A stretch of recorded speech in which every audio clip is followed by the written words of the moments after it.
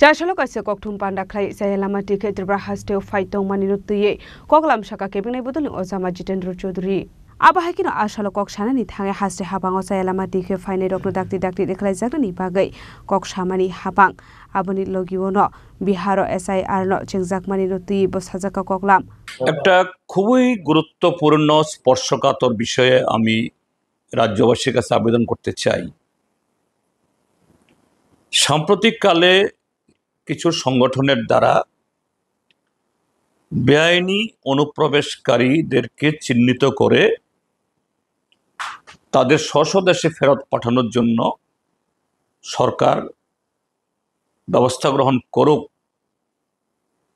এই ইস্যু নিয়ে একটা আন্দোলন এটা দেখা গেছে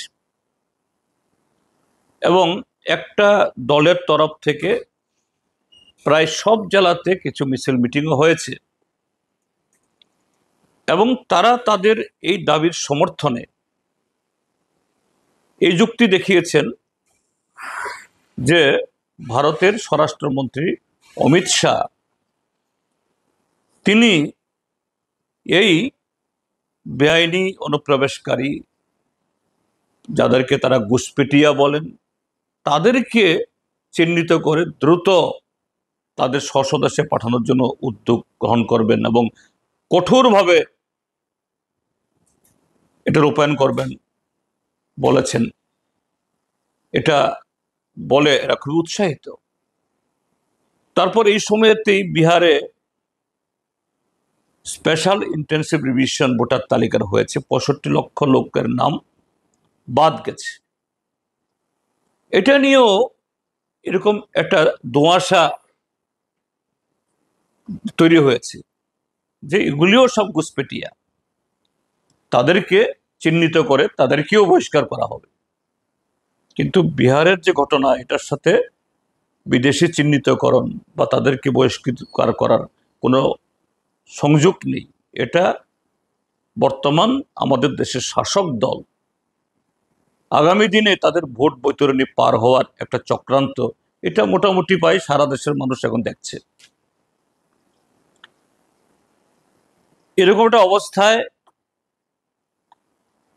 যেটা আমরা যে কোনো ভারতীয় ত্রিপুরাবাসী কেউ এটাকে অস্বীকার করবে না, হ্যাঁ,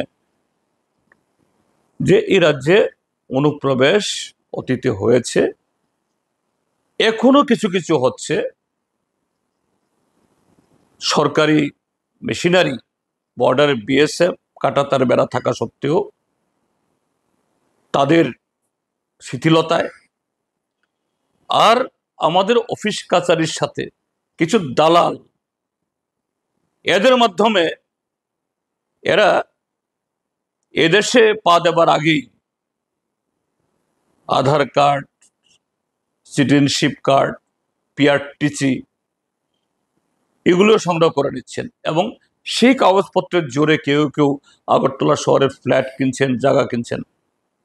সংখ্যা হয়তো এই মুহূর্তে হাজার হাজারে হবে না, কিন্তু এগুলি হচ্ছে, এটি কেউ অস্বীকার করে না।